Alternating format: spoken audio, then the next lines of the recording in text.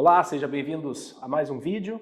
Hoje a gente vai estar comentando sobre um câncer muito comum e que atinge principalmente as mulheres, câncer de tireoide. Então, se você quer saber detalhes da doença, fica ligado, é bem rapidinho, um vídeo curto com as principais informações acerca da doença.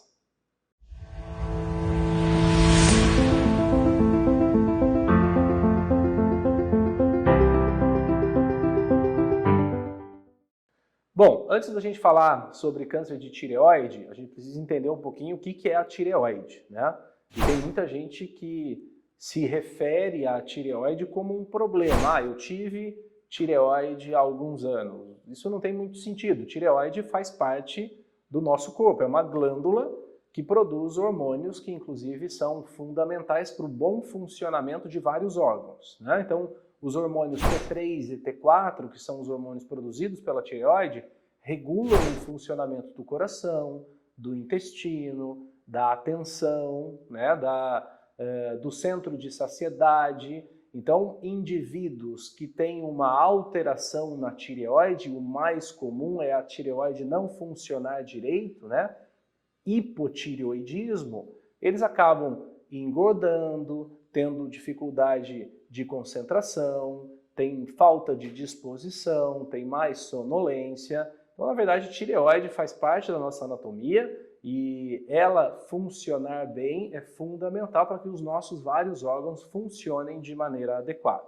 Onde é que a gente encontra a tireoide? A tireoide está localizada na parte anterior da traqueia. Ela basicamente abraça a traqueia e se localiza na transição entre o pescoço e o tórax. Ela é uma glândula pequenininha e que eventualmente pode ser acometida por câncer, né? E a gente divide o câncer de tireoide de uma forma grosseira em tumores diferenciados, tumores pobremente diferenciados, tumores anaplásicos, né? Essas neoplasias, esses cânceres, carcinomas anaplásicos são tumores altamente agressivos, e uma doença à parte, bem diferente, que são os carcinomas medulares de tireoide. Hoje a gente vai focar no carcinoma de tireoide bem diferenciado, que perfaz 90% dos tumores de tireoide. Então, basicamente, os subtipos são os carcinomas papilíferos, que são os mais comuns, seguido dos carcinomas foliculares, e um subtipo muito parecido com o carcinoma folicular é o carcinoma oncocítico, antigamente chamado de carcinoma de células de Hunter. Esses tumores, em geral, têm um comportamento bem indolente, ou seja, são tumores que crescem bem devagar e que, na maioria das vezes, a gente faz um diagnóstico num cenário de doença inicial, ainda localizado na tireoide. É interessante a gente dizer que a incidência desse tipo de câncer aumentou vertiginosamente ao longo das últimas décadas, né? Quase 3 vezes mais câncer de tireoide bem diferenciado hoje do que o que a gente tinha há 20, 30 anos atrás. E o mais interessante é que, apesar da gente estar diagnosticando muito mais câncer de tireoide, esse tipo específico, a mortalidade pela doença, ela não se alterou ao longo desses últimos anos. Isso dá a entender que a gente está fazendo eventualmente mais diagnóstico do que o que a gente deveria, né? E uma das possíveis explicações para isso é a facilidade que hoje a gente tem de fazer exames de imagem, né? Então, eventualmente o paciente faz um ultrassom para olhar os vasos no pescoço, né? Olhar a artéria, olhar a veia, e aí, obviamente, detecta um nódulo na tireoide. Ou faz uma tomografia de tórax, aparece um nódulo na tireoide. Um detalhe, e muitas vezes esse paciente é muito frequente no consultório, é aquela paciente, né, câncer de tireoide, esse câncer bem diferenciado de tireoide acontece muito mais em mulher do que em homem, né, 3 vezes mais frequente em mulheres do que em homens. Então, normalmente quem aparece no consultório com câncer de tireoide é uma mulher,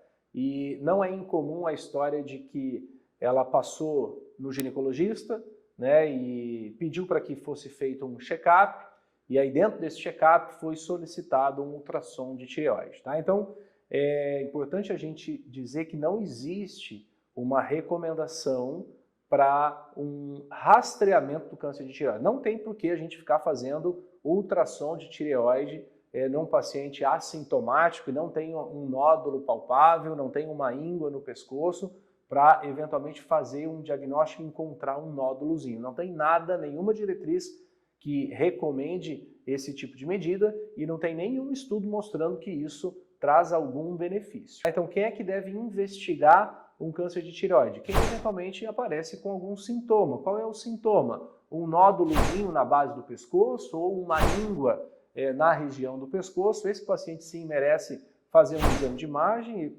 Inicialmente, normalmente é um ultrassom, e esse ultrassom aí sim vai guiar a investigação. E a investigação passa necessariamente, a gente já comentou em vídeos anteriores, por uma biópsia, né? E na tireoide, identificado um nódulo suspeito, a gente vai fazer uma punção com agulha fina, né? E essa punção vai nos dizer se há ou não uma suspeita de câncer de tireoide ou se já se tem uma confirmação de que aquilo realmente é um carcinoma papilífero, um carcinoma folicular. Sendo o tratamento inicial é sempre cirúrgico, né? Pode ser uma cirurgia que vai tirar toda a tireoide, pode ser uma cirurgia que vai tirar metade dessa tireoide, só uma parte. Isso obviamente vai depender do tamanho da lesão, da localização, e é uma definição que vai ser feita junto com o cirurgião de cabeça e pescoço. Normalmente, né, a maior parte das vezes, a cirurgia feita é a tireoidectomia total. Então toda a tireoide ela é retirada e a depender dos fatores que a gente encontra no resultado, né, no exame anatomopatológico e fatores também do paciente, a gente vai definir se esse paciente precisa de um tratamento complementar. Então quando o risco, né, tudo é uma estimativa, se o risco dessa doença reaparecer é um risco alto ou um risco intermediário, e a gente faz essa classificação baseada em vários critérios, a gente vai recomendar ou não um tratamento adjuvante, né, que a gente faz depois da cirurgia, com iodoterapia. Então, iodoterapia é basicamente um radiofármaco que a gente utiliza para destruir células residuais que ficaram para trás, né, da tireoide, que, né, às vezes sobram células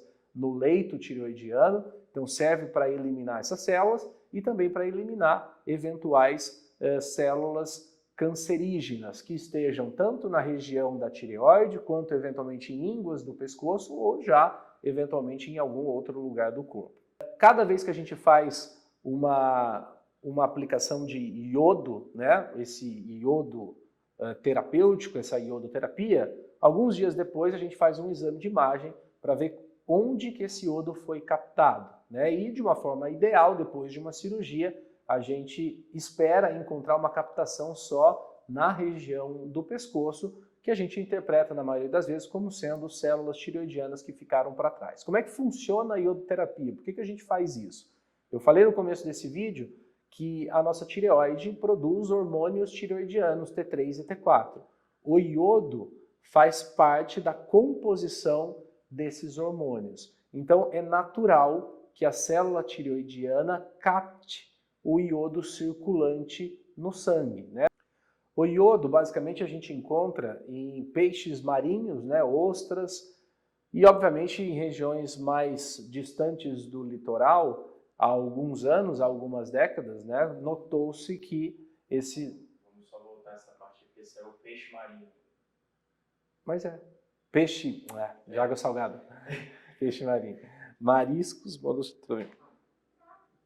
Onde é que a gente encontra iodo? Iodo, basicamente, a gente encontra nos alimentos, né? A gente tira, a gente supre a nossa necessidade de iodo, basicamente se alimentando, e onde a gente encontra o iodo numa maior concentração são em peixes de água salgada, né? Mariscos, basicamente, né, alimentos que vêm do mar. E aí a gente tem um problema, né? Isso foi notado já há algumas décadas, que algumas populações, né, distantes do litoral acabavam sofrendo por deficiência de iodo, né? E a deficiência de iodo leva a uma doença, né? O bócio, né, que é aquela papa, né? A glândula ela acaba crescendo e ela cresce para tentar aumentar a sua capacidade de captar iodo, porque tem pouco iodo circulando naquele paciente, e obviamente isso gera um problema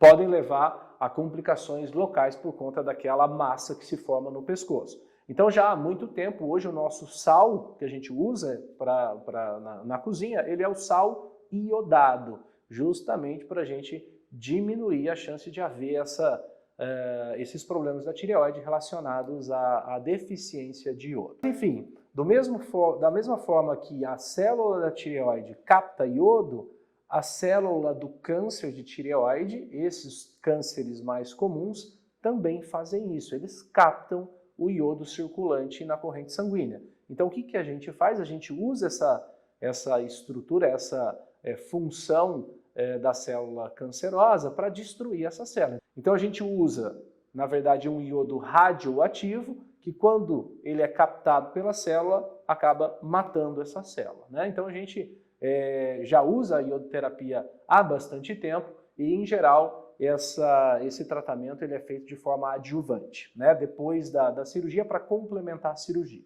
Mas numa pequena porcentagem de pacientes, o tumor reaparece, né? Reaparece localmente ou reaparece na forma de metástase. E a gente pode fazer eventualmente iodo novamente até uma dose limite.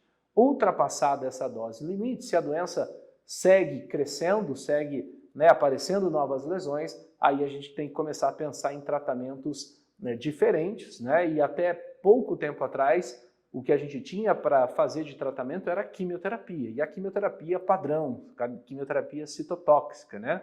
Que caiu o cabelo, dá náusea, dá vômito, dá diarreia. Felizmente, isso melhorou ao longo dos últimos anos, porque não tem nenhum estudo que mostre que quimioterapia aumente a sobrevida desses pacientes, esses raros pacientes que desenvolvem essa doença progressiva, refratária à iodoterapia. Então existe hoje basicamente duas drogas, né, que a gente utiliza independente de características do tumor. Então se é um carcinoma papilífero, se é um carcinoma folicular, ele é uma doença iodorrefratária, já tem metástases e a doença está aumentando, né? A gente pode utilizar, esses medicamentos são usados por via oral e a gente usa até que haja intolerância ou a doença ela aumente. A evolução, né, mais recente foi com terapias específicas, né? Então a gente foi entendendo ao longo dos últimos anos que o câncer de tireoide apresenta algumas mutações. E para algumas dessas mutações, nós temos drogas específicas, né? Então, hoje em dia, quando a gente se depara com esse cenário, que, de novo, é um cenário raro, mas que pode acontecer em uma pequena parte de pacientes, né, de doença iodorrefratária, metastática e em progressão, quando a gente se depara com esse cenário, a gente tem que avaliar o DNA desse tumor, né? Não só o DNA, mas também, eventualmente, o RNA, buscando algumas mutações em alguns genes. Dentre esses genes, o mais comumente mutado é o gene BRAF, né? Tem uma mutação chamada V600E, que quando está presente, nós temos uma droga específica com atividade que a gente pode usar no tratamento da doença.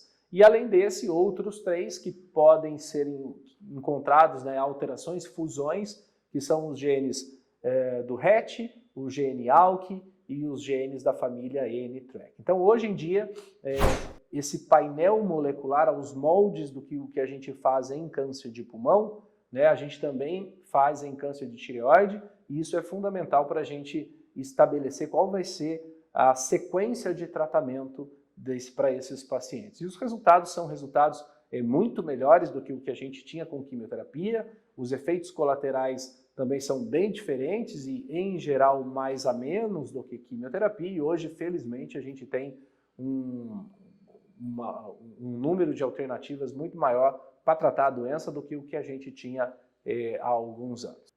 Bom, então espero que esse vídeo tenha sido informativo. Se você tiver gostado, pode dar um like aí, se inscrever no canal. E semana que vem, um novo vídeo. Semana que vem a gente vai falar sobre câncer de cavidade oral, câncer de boca, que é um dos tumores mais frequentes aí na cabeça e pescoço. Então nos vemos semana que vem. Até lá!